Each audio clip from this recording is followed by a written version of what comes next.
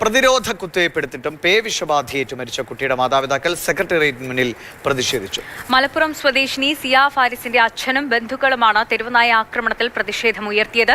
തെരുവുനായ പ്രശ്നം പരിഹരിക്കാൻ സർക്കാർ കാര്യക്ഷമമായി ഇടപെടണമെന്ന് തെരുവുനായ വിമുക്ത കേരള സംഘം ചെയർമാൻ ആവശ്യപ്പെട്ടു. സർക്കാരിനാണ് അതിനുള്ള നടപടി എടുക്കാൻ കഴിയുള്ളൂ. കാരണം ആ നായിനെ എൻ്റെ കുട്ടിയെ കടിച്ച 6ഓളം പേരാണ് അന്ന് കടിച്ചത്. എന്റെ കുട്ടിയെ മാത്രം, എന്റെ കുട്ടീനെ കഴിഞ്ഞ് പിന്നെ ഇങ്ങനെ കടിച്ച് പോവുകയാണ്.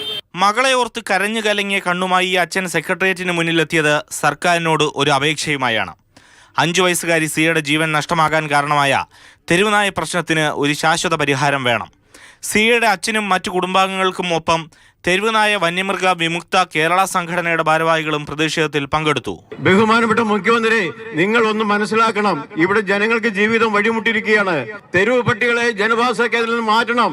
പിന്നെ എന്തുകൊണ്ട് സാധ്യമല്ല? അപ്പോൾ പറയുന്നു കേന്ദ്രമാണ് അതിന്റെ തടസ്സക്കാര്. അങ്ങനെ മേനകാഗാന്ധിയാണ് തെരുവ് പട്ടിയുടെ അംബാസിഡർ. നിങ്ങൾ അവിടെ പോയി പറയൂ എന്ന് പറഞ്ഞ് തടി തപ്പാതെ സംസ്ഥാന സർക്കാർ വിഷയം ചർച്ച ചെയ്യാൻ സർവകക്ഷി യോഗം വിളിക്കണമെന്നാണ് ആവശ്യം. മാതൃഭൂമി ന്യൂസ്, തിരുവനന്തപുരം.